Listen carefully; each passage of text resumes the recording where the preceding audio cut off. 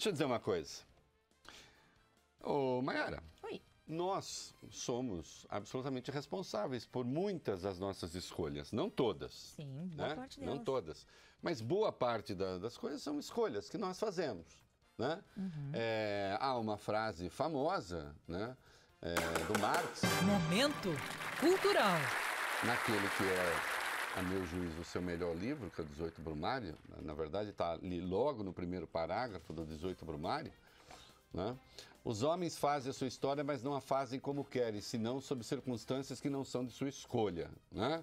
Então, nós fazemos a nossa história, mas não fazemos só segundo a nossa vontade, mas também segundo circunstâncias que não são da nossa escolha, porque nós herdamos coisas. Né? E aí, como Marx era um revolucionário, ele cria uma outra frase que diz que o peso das gerações mortas oprime como um pesadelo o cérebro dos vivos. Né? Então ele fala das gerações mortas que oprimem o cérebro dos vivos. Há nisso uma coisa interessante, mas também pode ser bastante obscurantista. Né? E o Marx tinha as duas coisas, fazia frases brilhantes e podia fazer frases que mal interpretadas, ou às vezes até bem interpretadas, seriam de obscurantismo terrível. Então você dizer que o peso das gerações mortas oprime como um pesadelo o cérebro dos vivos, é como você dizer assim, eu tenho que ignorar toda a experiência passada, eu vou reinventar o mundo. Né?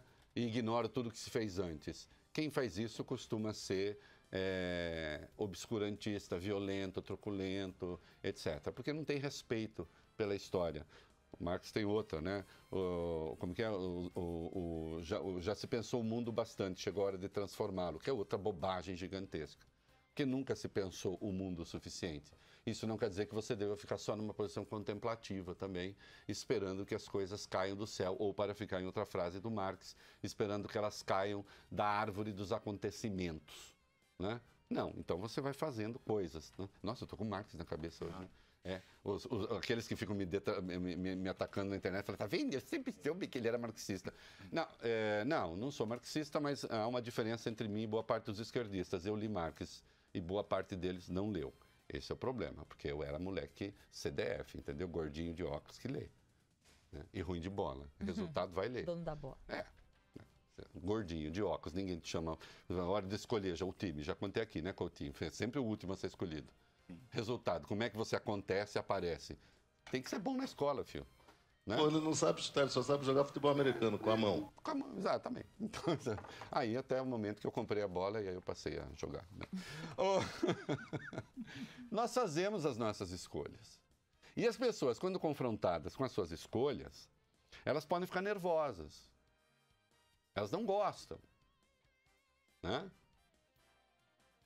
Há uma máxima que vem do Kant, filósofo Kant.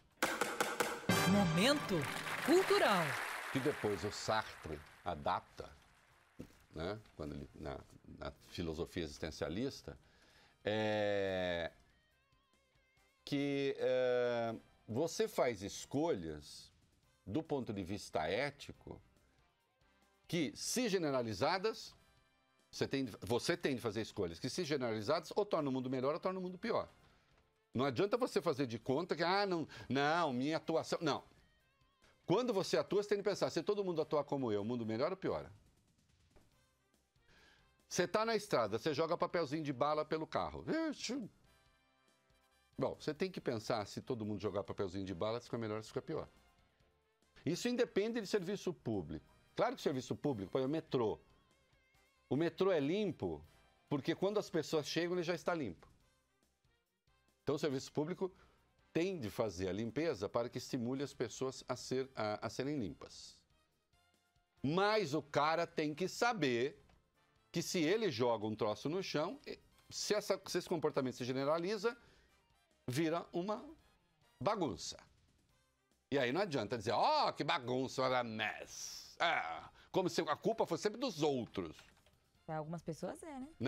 Não, que é uma coisa, eu adoro quando as pessoas dizem assim, o brasileiro não tem jeito. E quem fala fica parecendo que não é brasileiro. Não, ele não, né? Ele faz a coisa certa. Agora, o brasileiro não tem jeito. Vamos para o litoral norte, Coutinho? Vamos. O sujeito que anda no acostamento, Eu tenho uma raiva disso. Não, dá vontade de descer e parar, assim, parar e dar um bufete, dizer assim, escuta, você acha que eu, porque estou na fila, sou um imbecil, é isso? Todo mundo é idiota, só ele que Menos ele, ou eles. Bom, e se todo mundo faz a mesma coisa? Então sempre é preciso, e se todo mundo faz a mesma coisa? Se todo mundo... É preciso pensar na generalização do comportamento. Né? Então você altera a vida com o seu comportamento, sim. E a frase que o Sartre, para a qual ele deriva daí, é a seguinte, né? Não importa o que fizeram de você, mas o que você faz do que fizeram de você. Essa é a questão. Porque a gente está cansado também de ver as pessoas... sabe o que é o famoso, né? Eu podia estar matando, eu podia estar roubando, a minha vida foi muito difícil, eu fui muito oprimido e tal, e eu fiquei assim, agora eu saio atacando todo mundo. Né? Não. Importa, claro, em parte, o que fizeram de você é a sua história. Mas o que vai importar mesmo, de verdade, é o que você fará do que fizeram de você. Então, eu acho muito impressionante que as pessoas... Aliás, eu estou com meu editorial aqui, eu vou fazer o editorial aqui, mesmo que eu estou gostando da minha conversa. Eu acho muito impressionante que as pessoas, por exemplo, fumem maconha e elas acham, bom, é uma escolha individual. Em parte, é. Mas você tem de pensar, é legal a maconha? Não, ela é ilegal. Quando você fuma maconha, você não tem nenhuma responsabilidade no narcotráfico? Nós começamos a falar disso ontem aqui. Por que eu trago essa conversa de volta? Porque o ministro Raul Jungmann, da Segurança Pública, fez uma declaração e pronto, já caiu na rede. É incrível como maconheiro, ou categoria organizada que é maconheiro. Ou categoria organizada. Eles são uma minoria extrema no Brasil, mas olha o que eles são bons de lobby, né? E tem muita penetração na imprensa. Até porque não é exatamente um hábito estranho a nossa categoria, infelizmente. Né? Cada um faça o que quiser, eu não estou acusando ninguém. Só estou dizendo que o lobby da droga, da discriminação da droga, é gigantesco. Pesquisa Datafolha, Voglio Bene, do ano passado, fim do ano passado, meados do ano passado, acho que setembro, por aí. Sabe quantas pessoas consomem maconha regularmente no Brasil? 5%. 95% não consome. Esse é um hábito de uma minoria. Quantas consumiram já e pararam? 14%. Não consome mais. Consumo regular é 14%. Nunca botaram maconha na boca, 80%. Será que a droga é realmente um problema? Que diz respeito à maioria, ou é um problema que é um hábito de uma minoria e é um hábito que custa socialmente uma barbaridade? Atenção, eu não estou dizendo que a responsabilidade pela desordem no Rio de Janeiro e em outros estados na área de segurança é do consumidor de maconha. O que eu estou dizendo é que o consumidor de maconha não pode fazer de conta, seu Coutinho, que ele não tem nada com isso. Porque nós voltamos à máxima kantiana. Se todo mundo fizer como eu, o mundo melhora ou piora? Você tem de pensar nisso. Você tem de pensar se você está dando a sua cota de contribuição. Outro dia citei aqui o caso do Gregório do Vivier, que é um notório divulgador da maconha. Né? E posa com e faz fotografias fumando maconha. Ele certamente acha que os desastres brasileiros todos decorrem dos políticos de direita, porque nos de esquerda ele tem uma certa condescendência, que roubam. E quando ele acende cigarro de maconha, ele acha que ele não tem nada com isso. Que a responsabilidade dele se esgota quando ele acende e quando ele apaga a ponta. Será? Não. Se ele resolveu consumir alguma coisa que é proibida, que a sociedade mantém proibida, ele está fazendo uma escolha. Eu até admitiria, isso no terreno ético, que ele dissesse: não consumo, mas sou favorável à discriminação. Ou então, fazer como o Gabeira fez uma vez: consuma onde pode, né? E sou favorável à discriminação, porque acho que ela é negativa, então se faria o debate. Agora, fazer apologia do consumo como ele faz, aí é outra coisa. Aí não adianta ele tentar se eximir. Ele está ajudando a botar um fuzil na mão daquele jovem que está na rua lá com fuzil. Ele está ajudando a botar a arma na mão daquele moleque que matou uma criança recentemente, agora num dos morros do Rio de Janeiro. Não tem jeito. É uma escolha que você está fazendo. E as pessoas têm de responder por suas escolhas. Teses as mais absurdas, as mais disparatadas, pregando a discriminação das drogas. Atenção, eu prefiro discriminação, não discriminação, discriminação, deixar de ser crime, a descriminalização, tá? Porque ela é mais escorreita e mais de acordo com o étimo, o vocabulário, a origem da palavra. Pessoas favoráveis à discriminação das drogas ignoram realidades patentes. Então, o ministro Roberto Barroso, do Supremo, é um deles, né? Como é lindo bailado debaixo dessa sua toga godê, quando roda no bambaquere, fazendo fuzuê. Né? Então, o Roberto Barroso, quando quer fazer fuzuê, ele defende a discriminação das drogas no Brasil como se o Brasil fosse o Uruguai.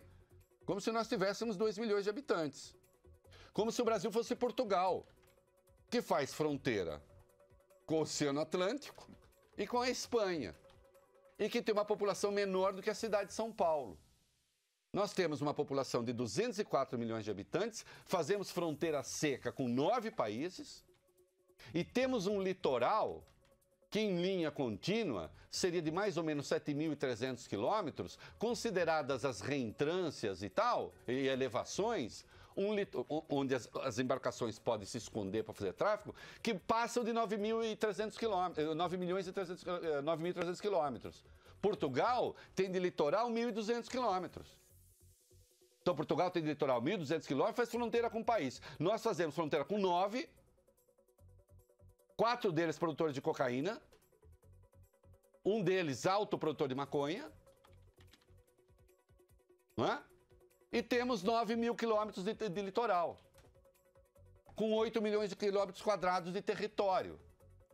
Então vocês imaginam um país como esse legalizar droga, quando o resto dos países à volta do continente não legalizariam, portanto nós nos transformaríamos numa rota de tráfico internacional. Teria que combinar com todos os russos antes. Da América Latina, da Europa e dos Estados Unidos.